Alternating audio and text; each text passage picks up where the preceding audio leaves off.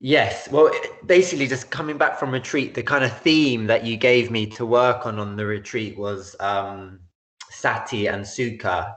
And on the subject of sati, I really tried the whole week in everything that I was doing to be very, very just continuously aware of what I was doing, drinking tea, stretching, breathing, sitting, walking.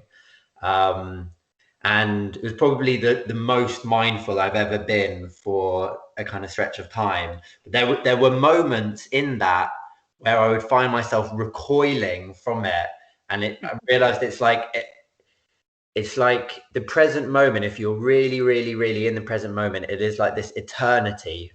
It is just like this kind of ongoing, deep, wide, present eternity, Wow. and A big right now. yeah. There it is. And there's something in us that recoils, that is scared of it, wants to play in the kind of in the twists and turns of the past and the future, rather than really be here now. And it really is a practice to be here now.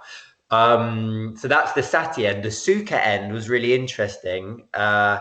Lots of sukha, lots of joy, lots of just like the joy of like hearing birds, the joy of walking on the grass in bare feet. I was the whole week in barefoot, and I'll talk to you about that in Uh, more detail as well. That was great. Um, yeah, just like the joy of sitting, the joy of lying down, the joy of waking up, the joy of hearing birds sing, the joy of, that it was a lot of it was really very pronounced, but I was also aware of kind of very subtle levels of background dukkha that we're ordinarily, and it's almost like that's almost like what we're running away from in our fear of the present moment. Like we're scared that somehow the present moment might be unsatisfactory, so instead let's jump into something else. Do you know what I mean? I don't like, but this background level of dukkha, it's like in ordinary life, one is so busy that you don't notice like a kind of really subtle tint in your worldview that is defined with a kind of self-criticism or a kind of like subtle aversion or a general sense of kind of like slight annoyance or like some quite subtle background dukkha. When you're on retreat and it's a solo retreat, it's just you yourself and you. um and who? and you notice that you're suddenly like, oh, like you just like, oh, for the last like hour I've been in this like subtly self-critical, like this very subtle lens has kind of been coloring experience. Hmm. And I think it's ordinarily a level of background dukkha that is we take as a given. Hmm. And you only notice it when it's gone and you're suddenly like, oh, I'm in a good mood now, because that background dukkha's goes for a bit. um Hmm. so Touching anyway, on all the buttons, you're right. You're pressing all the buttons. The first thing that you're mentioning is the seclusion. Now you're not really secluded. You're because you're in a pastoral setting, yeah, and so you're not secluded from the pastoral setting, but you're secluded from all of the voices that come to you throughout your day. yes, You're secluded from the business of the day. That yeah, all you've got left is the pastoral setting, and that you've also been training yourself to be in the present moment, to be in that pastoral state. And yet now you're beginning to say, wait a minute, there's still this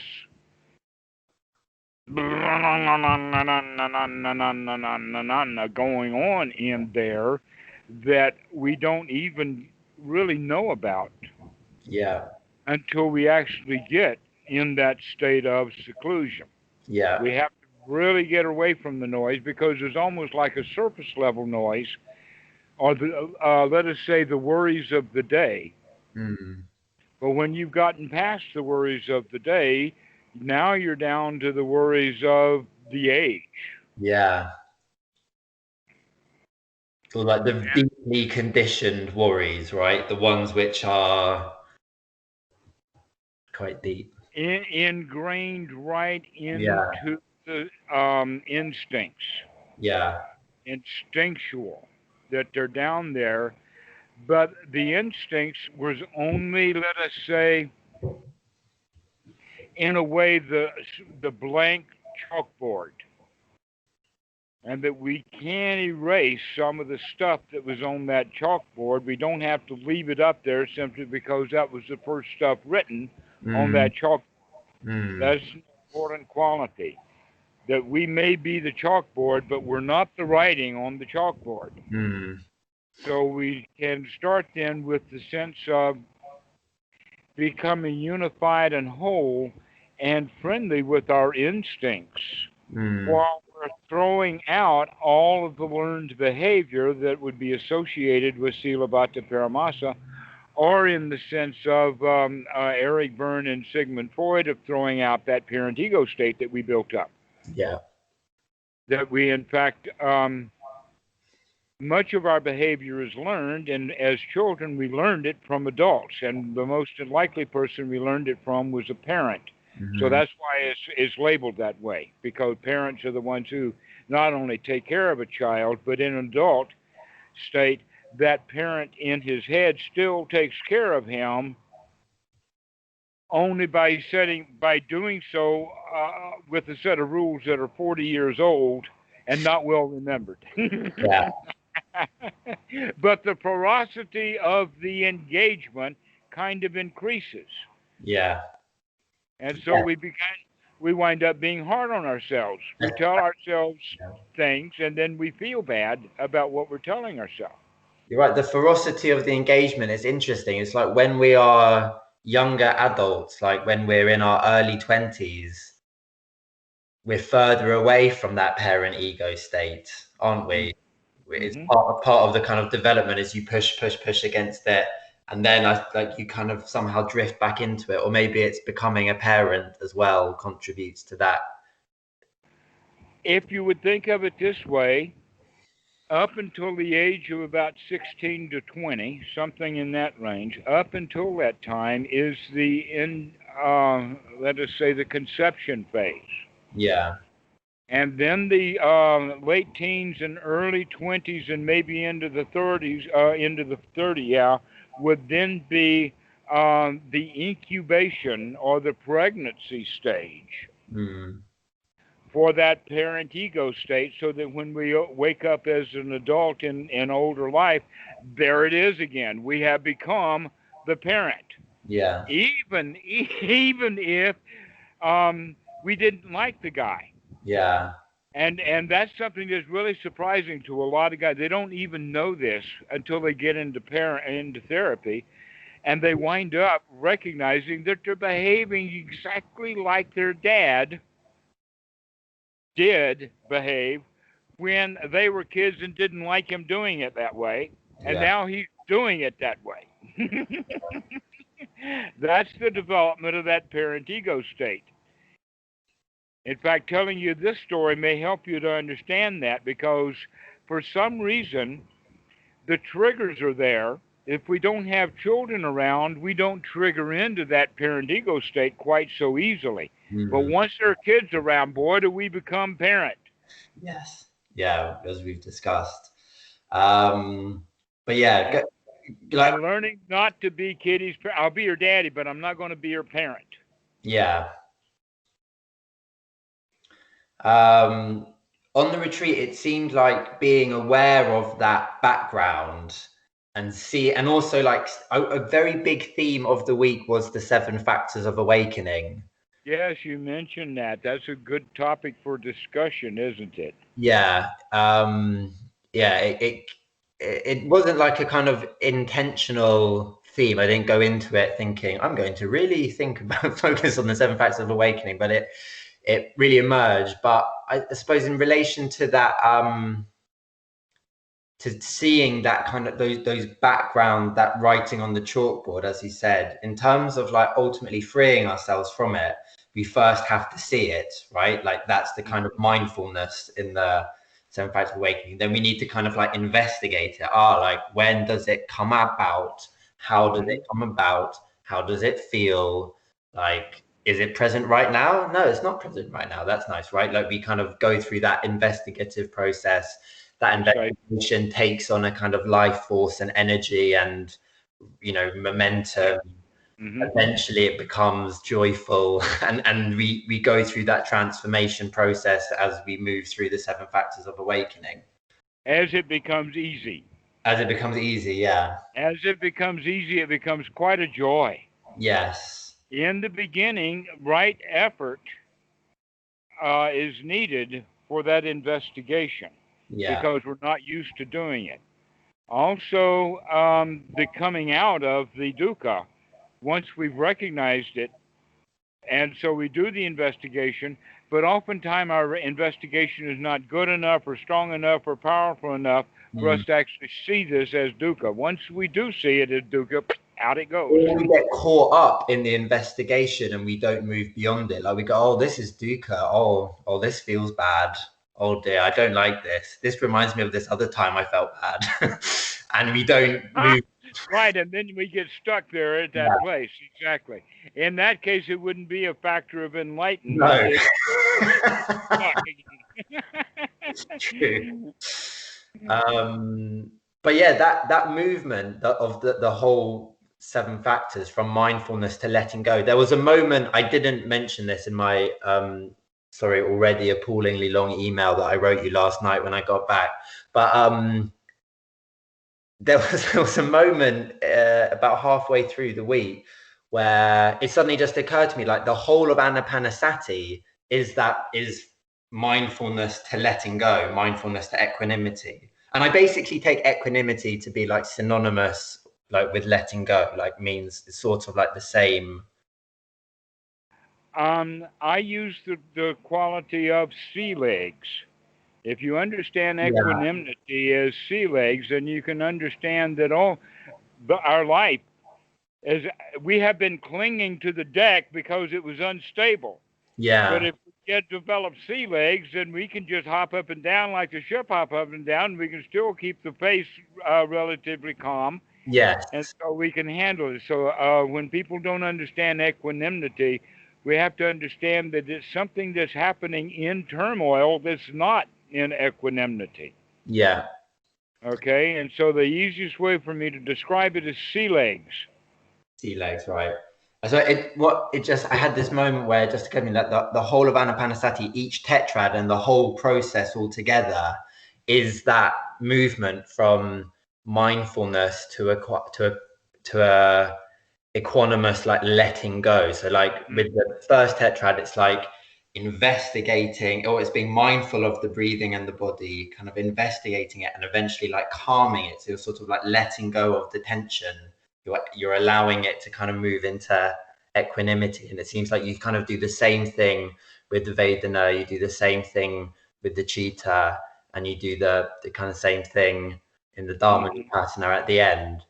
And I burst out laughing. I was just like, oh, the whole thing is just these seven factors of awakening. It's this. Yeah. And it got in that moment, it had this real strong thing where it was like each breath was moving through the whole cycle. And it felt like with every breath, the whole show. Exactly. And then I thought, then it got interesting, because then I was like, oh, that's how I'll practice now. With each breath will just be the whole show. I won't bother with first tetrad this, second tetrad this, third tetrad this. And then I tried that, but then it was like it kind of worked sometimes, and other times didn't work. Right. Other times I realized that actually that structure is, and really lingering over the different elements of the structure is really helpful in facilitating a kind of deeper movement through it. But it was amazing for this little bit. I kind of laughed at the kind of realization, and then it was like each breath was just like moving like through the kind of seven factors, just like on each breath. And then for the next couple of days, that was as I was walking, so I went for like long walks every afternoon, I'd just suddenly stop and kind of move through those 7 factors of awakening, in regard to looking at something or a thought or a sensation or the breath or the body. And it just seemed like it was getting deeper and deeper ingrained. Yes, it does. Especially the second half, because as I said in the email, the first half of the 7 factors, going from mindfulness to PT, I feel like I'd become very familiar with over the last kind of 9 months, year of practice. And then the second half never really made sense. And it was like PT seemed to be like the kind of pinnacle of my meditative, like almost like I couldn't really move beyond it. And then over this last week, I feel like I've made a lot of progress in realizing that PT is not the peak of the mountain. No, but the piti is, and by the way, we have to understand the language itself with the Pali, that the word piti is related to sukha. And so the word piti there includes the sukha. Yes. It's not separate, because the last three stages you can think of is relaxation, unification of mind, and the sea legs, the letting go, or the equanimity, or allowing things to be a ruckus without it causing a ruckus.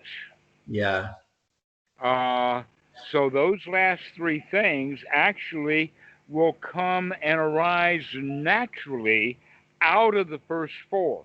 Yes. That the effort of the skills are those things. And there's another point that's quite amusing, I find, and that is the whole concept of relaxation, which is often translated as tranquility, and now you're really highfalutin. We got to get out of highfalutin and right into the reality of the situation. Everybody knows how to sit down and relax. And that's all we need to do is just sit down and relax. Just relax. Okay, so by relaxation, that takes no skill. Everybody knows how to do it. If you talk about it tranquility, then it sounds so highfalutin and so much work involved to get to tranquility. But another way of looking at tranquility is that it's shot out of a tranquilizer gun, and that when the animal is shot and tranquilized, he is comatose. I think that's how most people think of tranquility in 21st Precisely. century, certainly America, as something that can be given by some pharmaceutical company. I know. Okay, so now, and right, tranquilizers, exactly. Pills. Let's not get out of that, or let's get out of that and into the actual understanding is we're talking about relaxed. Once we have that joy and that investigation and that energy and that mindfulness dedication, we come to that state of being relaxed. Well, as the PT transitions into Sukha, right? So it starts off in sort of my meditative experience of the last year. It's like when the PT comes, the PT is like up here. And the Sukha is kind of here, making it pleasant in the background, but like the ratio is like that. I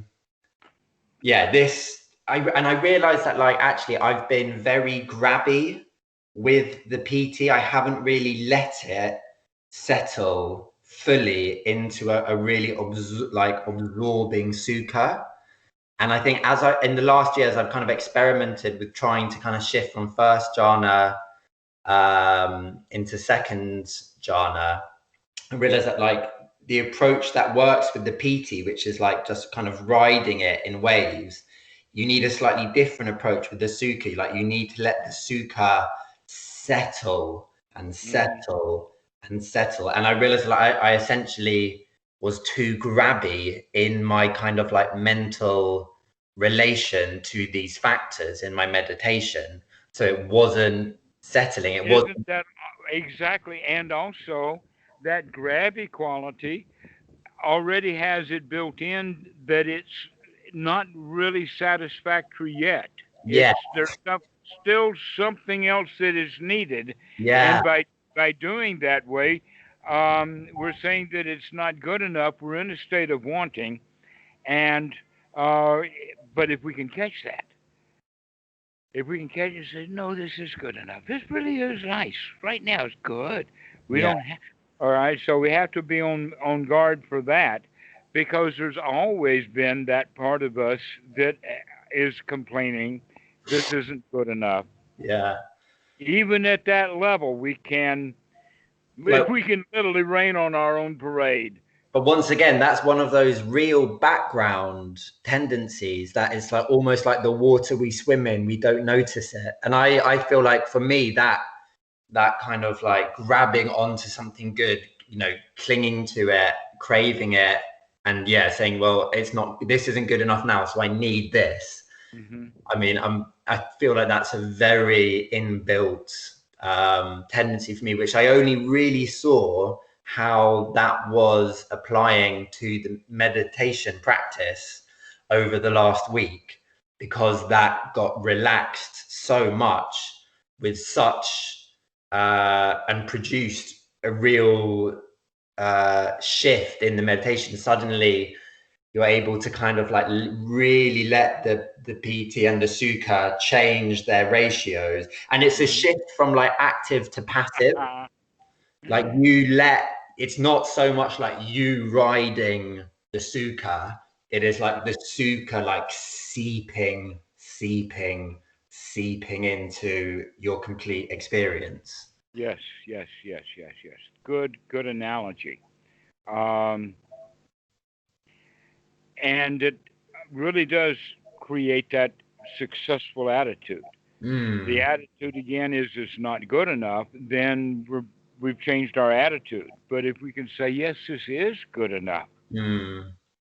But then that's it's what a makes much it less, actually easier to do. yeah. It's a less personal success though. It's no longer kind of I'm being successful at this. It's just like it's happening.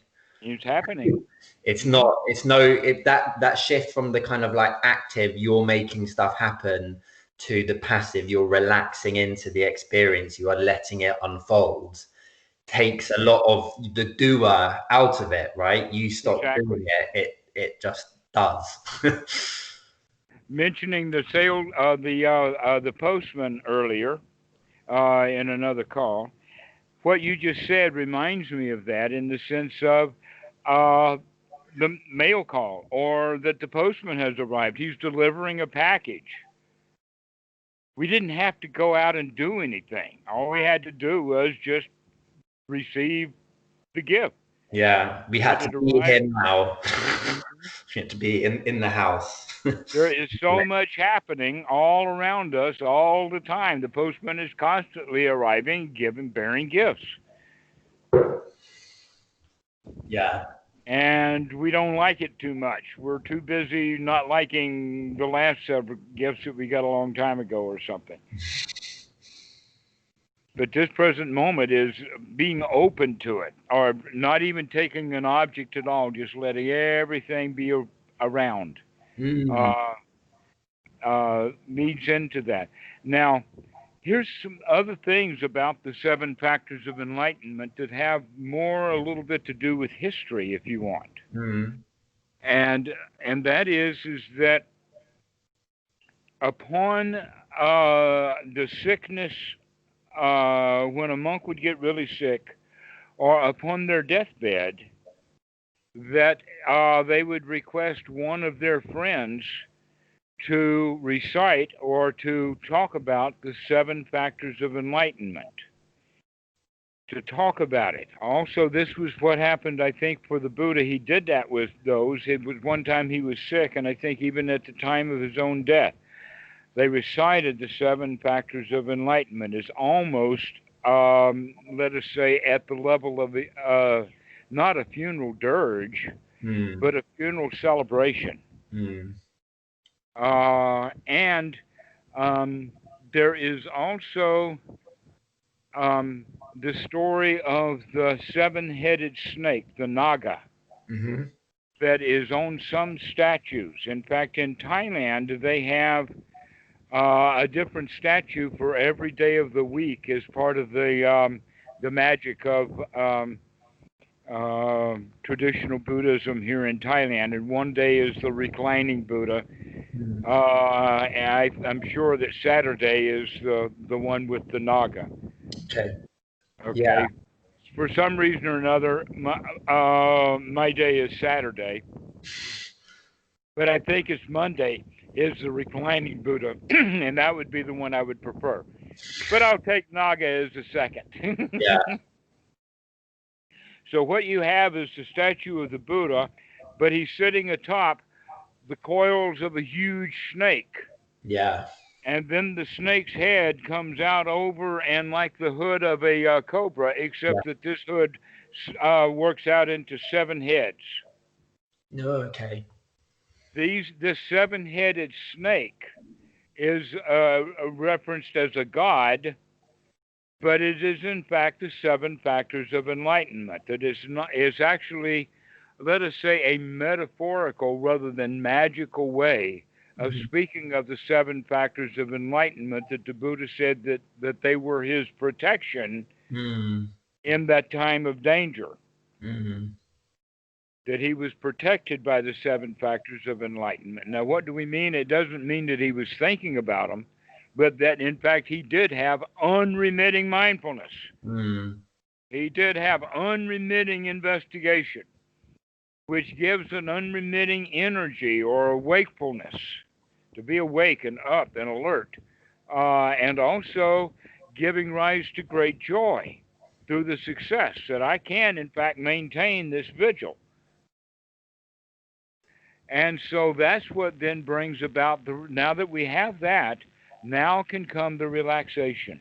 Mm. Now that we've got it all under control, we can relax and settle down and unify the Yeah. mind. What's interesting is that that's really when the samadhi, the unification of the mind, takes place. Whereas I had kind of, I didn't really understand that. For me, in my practice, that the most samadhi, the most unification tended to be around the piti. Like that was Right. the apex. And actually, over the last week, I've really seen it's like, no, no, no. It's actually when you let it settle and when there's nowhere to go and nothing to do, and you let it, and you no longer being in that grabby, clingy frame of mind, trying to make things happen. And it just gets deeper and stiller and stiller and stiller. That is when that unification can really start to work on the mind and on the body. So, so you can see why that statue now is so important with this symbology, even though that it personifies the seven factors of enlightenment. Actually, the seven factors of enlightenment is our protection. Hmm. It struck me that it's like it's like in Paticca Samuppada, but if there's mindfulness at the point of contact, then this is what arises. So it's like instead of the craving and the clinging and the pain and the birth and the suffering and the death and that whole mass Yes, of misery, it's like the that alternative route. It's like no mindfulness at point of contact. Welcome to birth, death, misery, etc. Mindfulness at point of contact. Go left towards the seven factors of awakening. exactly so, exactly. And it's important to note that that contact is not kind of a passive contact, but is a driver.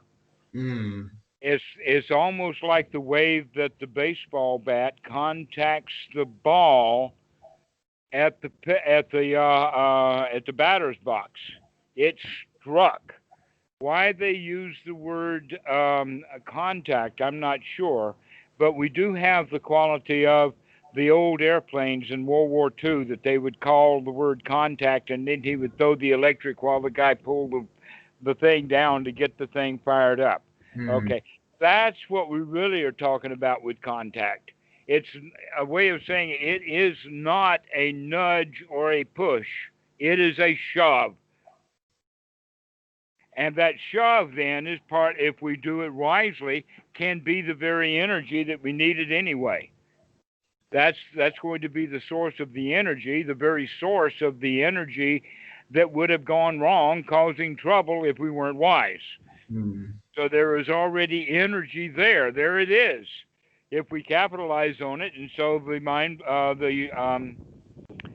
uh, the factor of enlightenment that is referred to as energy is no longer effortful because our mindfulness and our investigation are already unremitted. They keep coming back and coming back and coming back. So now what effort there is no longer effort, it's the energy from the contact. Mm. And so as wisdom arises, that's where the joy arises. Because why? Because we can control how we feel. And I feel good. And I knew I would now. That's the James Brown meditation. Yeah. And so I feel good, like I knew I would. That's when the pity arises. Mm. But with that also comes a deeper satisfaction that you see James Brown gets his best, not while he's on stage, but after the show is over and he's sitting in his chair there in front of his makeup stand and go, ah. And so that's something that we don't have to wait on the way that he does. Mm. Okay, we can feel good right now and then relax right now. Mm. There And is be something. like that can be like a little loop, right, within that kind of movement. Yes. And this is also then step 4 of Anapanasati. A lot of people think, oh, step 1, step 2, step 3, step 4. No, no. Step 4 of Anapanasati is the result of the Vedana that we were doing, derives that piti. You're not going to get relaxation until you have that. Uh, you're not going to have that satisfaction of getting a joke until after you bust out laughing. The bust out laughing, that's the pity, and then the got it. That's the relaxation. Mm. Why? Because everybody who didn't get the joke, they're still, what's going on? What?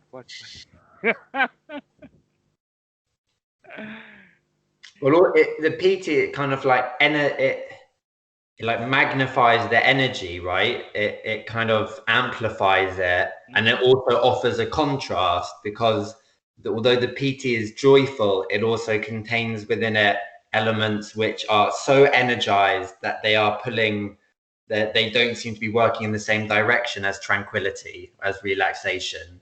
So it both kind of provides like energy to kind of fuel the process and also offers some contrast. Oh, hold on. Talking about the postman. I've got the postman at the door. Give me 30 seconds. I got to answer Okay. it.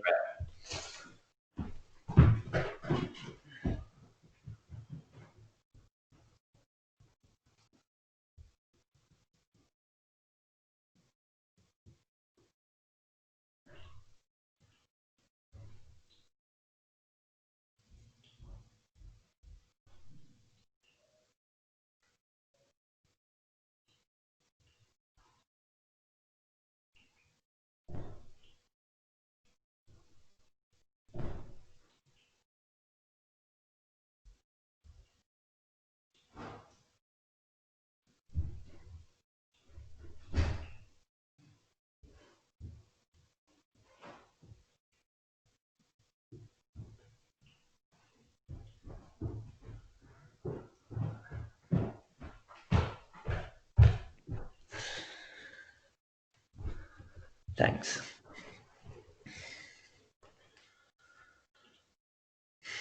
Wait, please, Mr. Postman.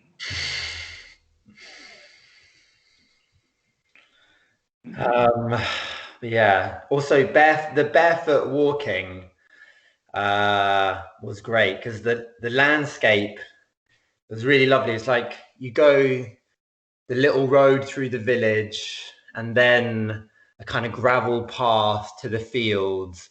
And in the path through the fields, there was a really, really great contrast. There'd be lots of just like really lovely grassy sections, but there was also plenty of like nettles, stinging nettles and thistles that you had to look out for.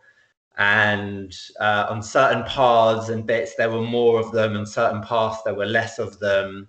There was also a fair bit of like horse manure and sheep pellets dotted around the place. And then in bits you'd go in the woods, and then there'd be like, depending on what was the dominant tree, so some woods there were lots of beech trees and there's lots of beech nuts on the floor, and other trees there were lots of oaks, so there were lots of acorns on the floor. But like, and then you'd go through another forest bit where it was lots of streams, and the earth was like really muddy and kind of moist. And it's just such a like rich sensory engagement with all of those different. And to get from one field to the other, you had to cross the little country lane. That's a little tarmacked path. You know, just that contrast was very. It was lovely. It was really nice. Well, from what I would understand, if you had been wearing shoes for that whole week, you would have had almost a completely different experience out in your walking. You'd have been very visually oriented, but now that you're going barefoot, now you're very sensually oriented. Yes, you're constantly coming back to a very physical sensory engagement with the landscape and with the path. And you're being very mindful of kind of where you're stepping. You're like exercising some sort of like wisdom and kind of overview. I don't want to step there. That's why it's called wisdom with every step, mindfulness with every step. Well, if you're barefooted, you ought to be mindful. Otherwise, you're going to step on something. But see, when we're wearing shoes, we don't care. Yeah. But now that we got the barefoot, and so in a way, we could say that we wear mental clothing also as protection, just like we wear physical clothing for protection.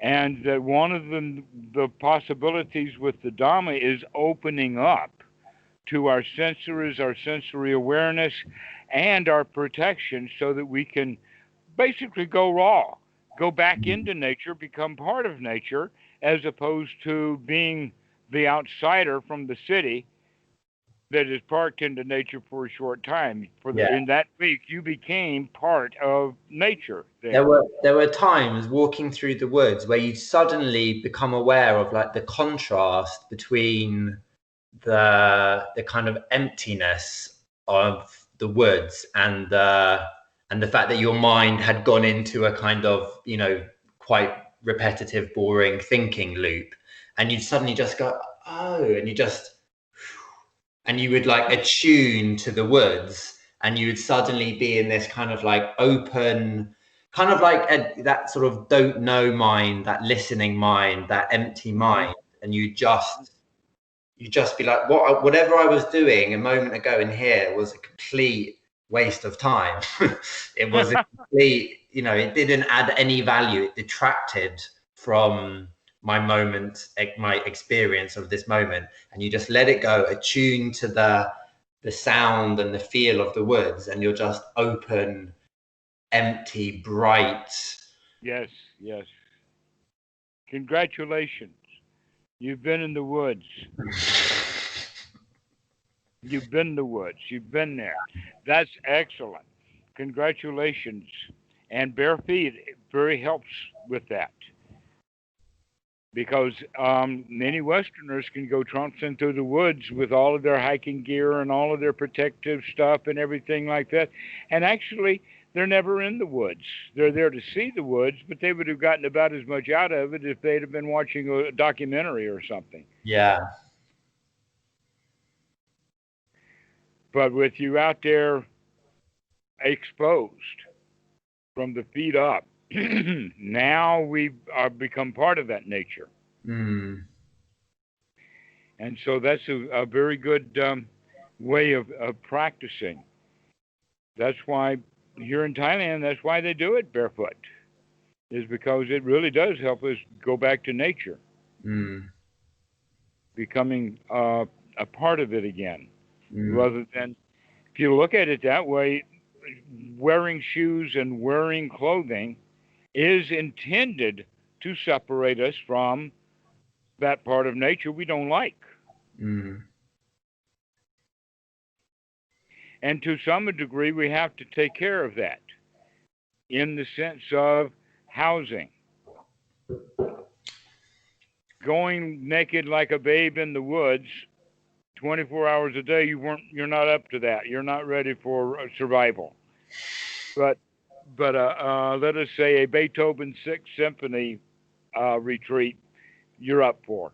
You know what I'm talking about? Is Pastorals, the Sixth Symphony. Da da da da da da da da da da da da. That's the kind of uh, hike into the woods that we need. Yeah. So getting ready for it though would be by going out barefoot. Yeah. Being in it for short periods of time as we can experience.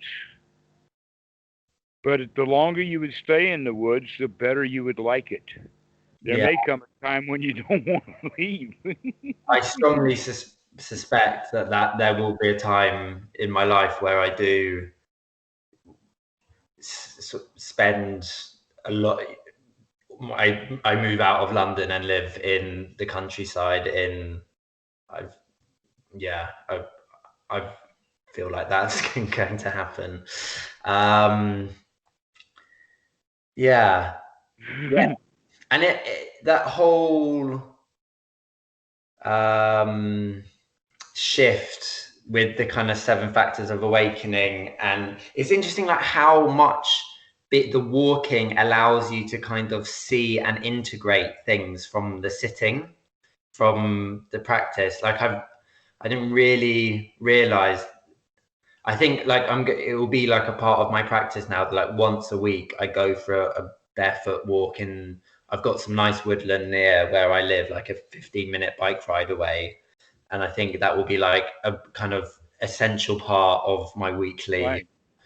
Actually, that whole thing that you're talking about, if you keep in mind that little phrase, mindfulness with every step, going barefoot actually puts us in the position of almost naturally bringing up mindfulness with every step. Watch every footstep that you make, because otherwise you might step on something you wish you hadn't. And so every foot, in fact, many times we put our foot down on something and we wish we hadn't, even though we knew that that was our best choice. Yeah, Ajahn Poe would keep us going on out on gravel intentionally. Well, I thought of that because the path out of the village into the fields is a gravel path. So I thought of, because you told me about that, and so I thought of that because that gravel path was quite, well, some people pay a lot of money to have foot massages, and and there it is, right out there. All you have to do is go walking on it. You'll get a foot massage. walking on the gravel path. After it rained one night, and going out walking the next day was lovely because it was like this fresh, wet earth and grass. But there were some enormous slugs out. That's like, and I was like, I don't. Yes. You don't want to Everything step on smells you. different. I don't want to step on you. Right, exactly. Yeah, with the slugs out, there's more things for mindfulness of walking. That's excellent. Yes.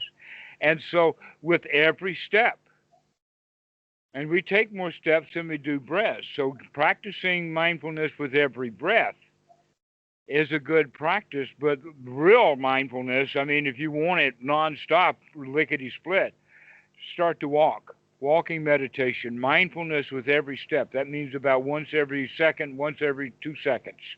You got to watch where you're going. You can't get lost in thought. You just don't. Unless you sit down, then you can. So that idea of walking out, I'm really pleased that you got so much out of it.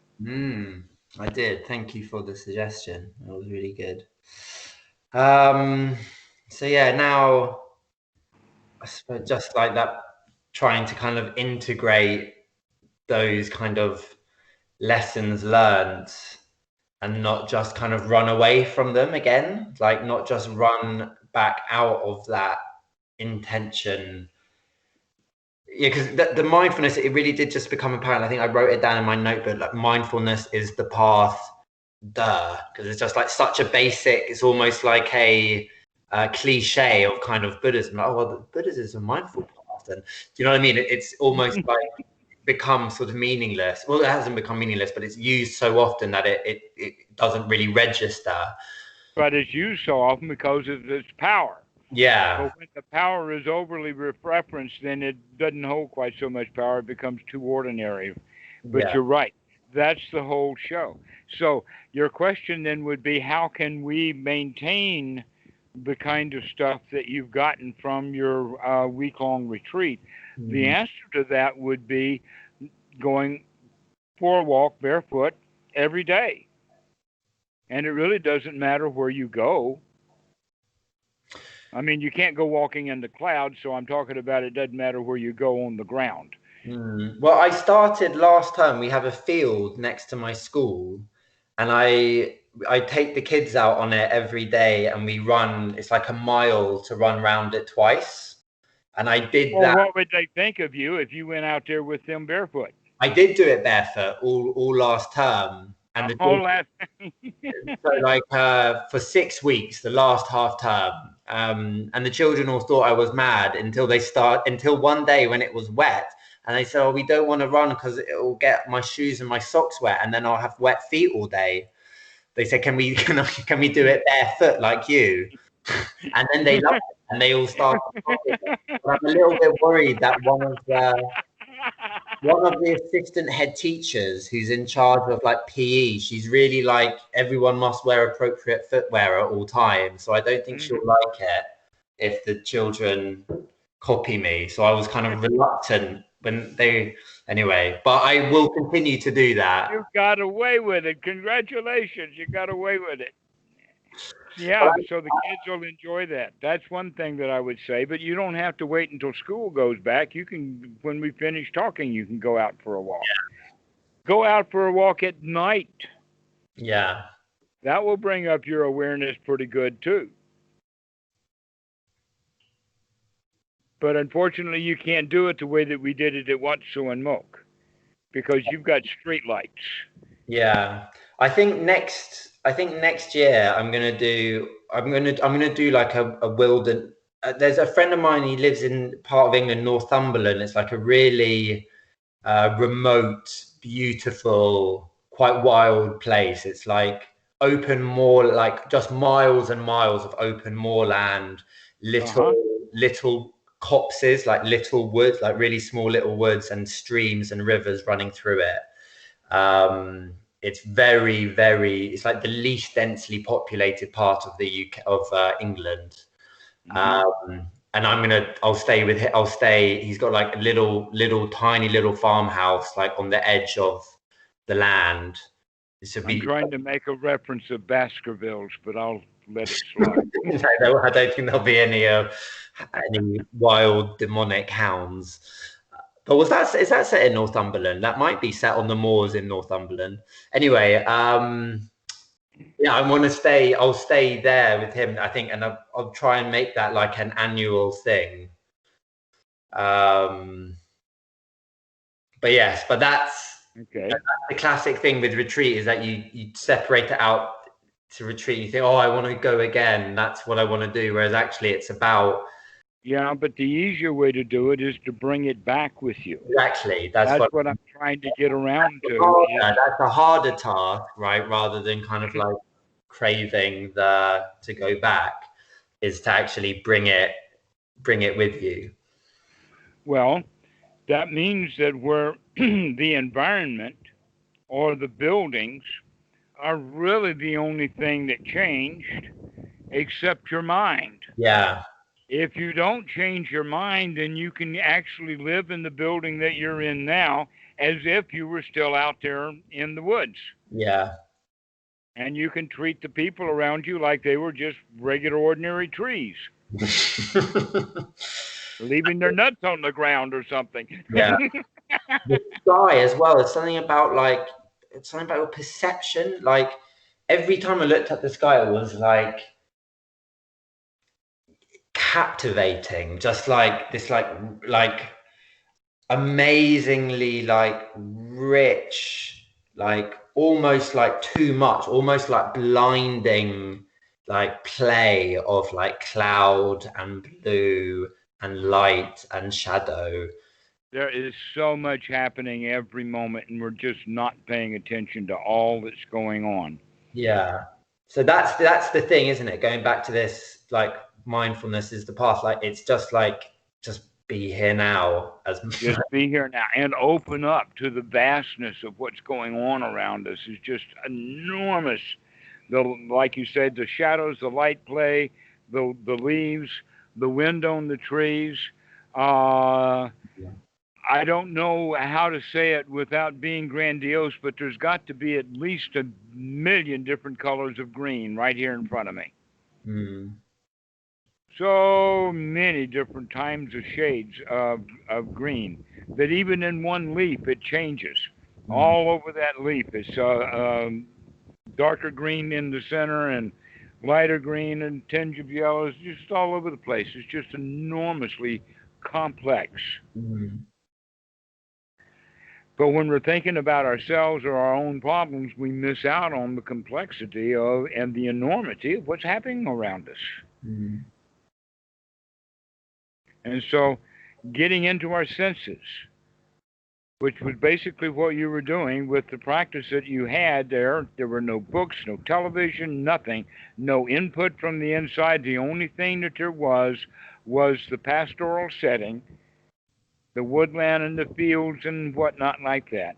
And in that doing and having that, you were in your senses Mm. a lot, most of the time. But in fact, when you're out with when you're barefoot out in the field on that playing field with the kids, that's a known territory, and you've got all kinds of other things happening. I Mm. was thinking more of no, you want to go individual walks to Yeah. places you've never been before, Mm. barefoot, Mm. and not looking crazy like the police are going to get attracted to you, like you're. Yeah, walking the streets in London barefoot is quite a attention. It's something bound to. Only if you bring attention to yourself. Nobody's going to watch your feet unless you're doing it. No, Mm. you need to be out there barefoot, but it's a natural thing that you're doing. Mm. Just watching where you're going and completely unconcerned with whoever's watching you. Mm. Become self conscious about it, of course you're going to attract attention. Mm. It's called hiding in plain sight. I think you've heard of that. So Yeah. you can hide your barefootedness right there in plain sight. Nobody's looking at your feet because you're not. You're watching where you're going, and they're not. You're watching 3 or 4 feet in front of they're you. right. They're right. Right. So that's another way that you can bring your practice Mm. back is to live for a while as much as you can as if you were still in the woods. Mm. And at the best, all you have to do is be aware of fast animals coming by in the form of traffic. I mean, I'm not saying stand in the middle of the road and pretend like you're not in London. That's not what I'm getting at. But I'm getting at that you can live in London as if you were living in the forest simply because you're paying attention to where you're going and what you're doing, and you're not worried about anybody else or anything else. Mm. I think also on a kind of sitting practice level. So that's the kind of like more kind of active, integrative kind of level, right? Kind of like bringing Mm-hmm. on a sitting practice level. I'm going to continue to explore that kind of second half and just let that of the 7 factors of awakening through anapanasati. Yeah, go out with your 7 factors of awakening. Let them be your shelter and guide. You do not have to be worried about what people think about you barefoot.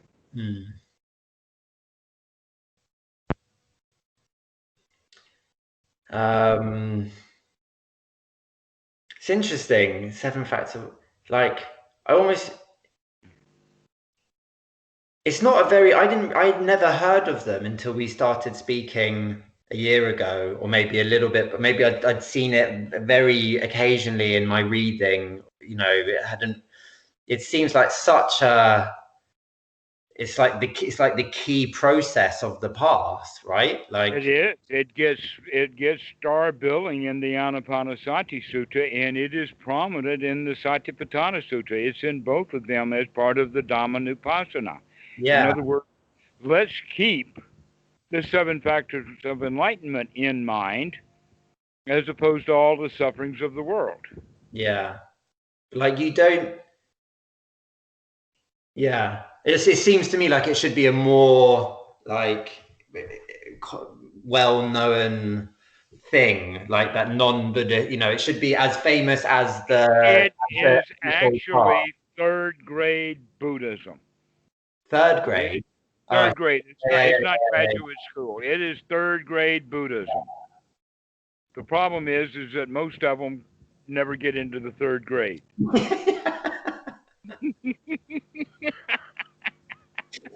Yeah.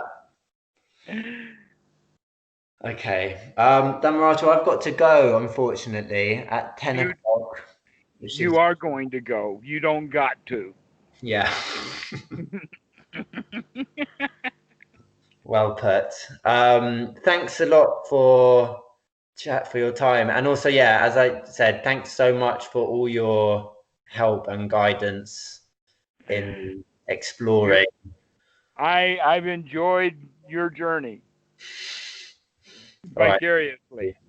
Yes. Excellent. All I right. really enjoyed our time together. Call soon. I want to see how your forest practice is working out for you in the city. Okay. All right. Take care, Dhammaraja. Speak soon. Okay. Bye-bye. Bye.